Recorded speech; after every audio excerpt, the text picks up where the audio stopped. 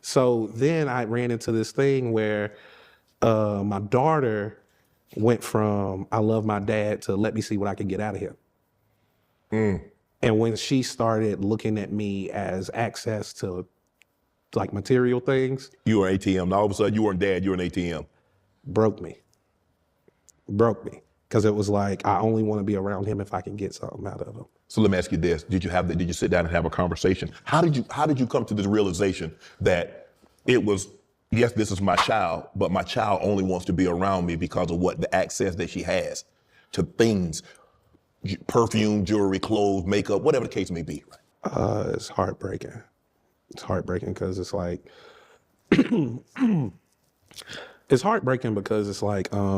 my daughter saved my life.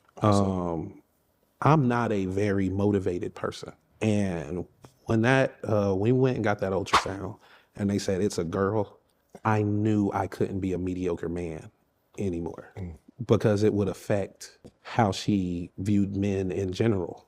Let me say this in a way nobody can twist. If you're a parent and you feel drained, disrespected, or only contacted when somebody wants something, your feelings are real, period. But when we're talking about a child like 10, 11, 12 years old, we have to be careful because a child is not an adult user. A child is a product of what they're being taught, what they're watching, and what they are experiencing. So today we're going to talk about this Ryan Davis on Shannon Sharp's podcast, but we're going to talk about it as parents, how to protect your peace, keep your standards, and still remember a child is still developing. Now, a comment I saw said something like, the moment his daughter stopped performing in a way that made him feel like something he isn't, and once she started wanting things, he convinced himself she didn't love him and she just saw him as an ATM. And that's the part I want to clean up as a parent. If your child is 10 or 11 and you're calling them a gold digger or ATM, you may be describing your pain, but you're mislabeling the problems because kids don't naturally think in transactions like that. They learn it. Think about that, y'all. Kids don't naturally think in transactions like that. They learn it. Point one, validate the parent's hurt without blaming the child. Parents, I'm not here to clown nobody. It can break your heart when your child's energy changes. One day there's daddy, and this next day it feels like what you get me. Right? We've all experienced that. Hurts. That absolutely hurts. But here's the truth. A child asking for things isn't proof they don't love you.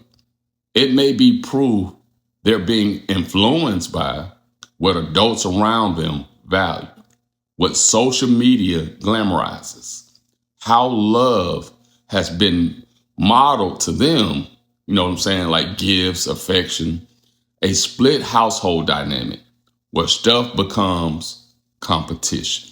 So yes, your pain is real, but the target can't be the child. The target has to be the pattern. And a lot of people don't understand that aspect of it. But point two, the real issue is leadership, not labels. If your 10-year-old is acting material, the question isn't, is my child using me? The question is, what is my child learning about love? Right? That should be the question. Because children test boundaries. Children repeat what they hear. Children push for what works. If every time they ask for something, they get rewarded with it, they're going to keep asking. That doesn't mean they are evil. That means they are a child. So as the parent, your job is not to shame them online. Your job is to teach them what love is and what it isn't. Your job is to teach them what love is and what it isn't. Requests, bursts, relationships. I'm going to break this down in the kid version. Let's separate this clearly for parents with minors. A child can want toys, shoes, games, trips, normal stuff. but you decide the rules. We don't talk to people any kind of way to get what we want. We say, thank you. We respect the house. We earn privileges. We spend time together without buying things. Because what you're really building is not a shopping list. You're building character, right? I think a lot of parents get confused with that aspect. Here's the pro-parent framework, still applies, but for minors, it becomes structure. So level 1 is presence, time, attention, routine, consistency. Level 2 is guidance, conversation, values, corrections, emotional safety.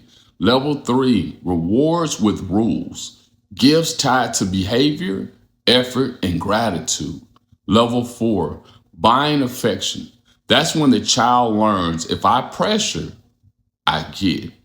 Parents, we do not buy love.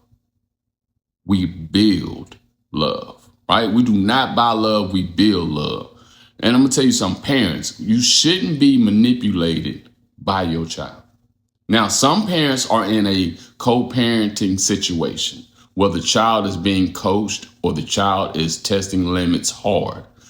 You still don't label them gold diggers, but you can absolutely say, I love you too much to raise you like that.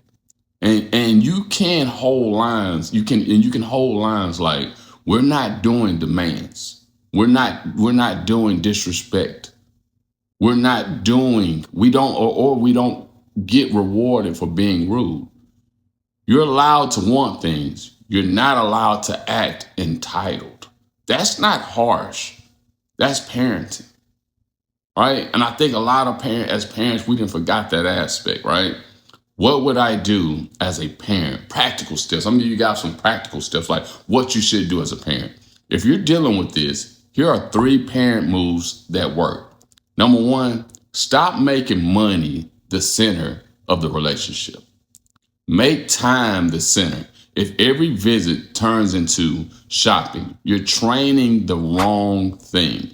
Number 2, set ask rules. Ask respectfully.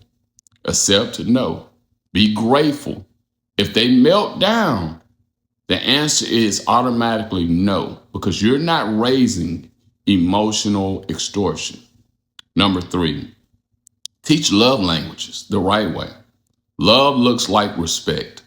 Love looks like honesty. Love looks like time.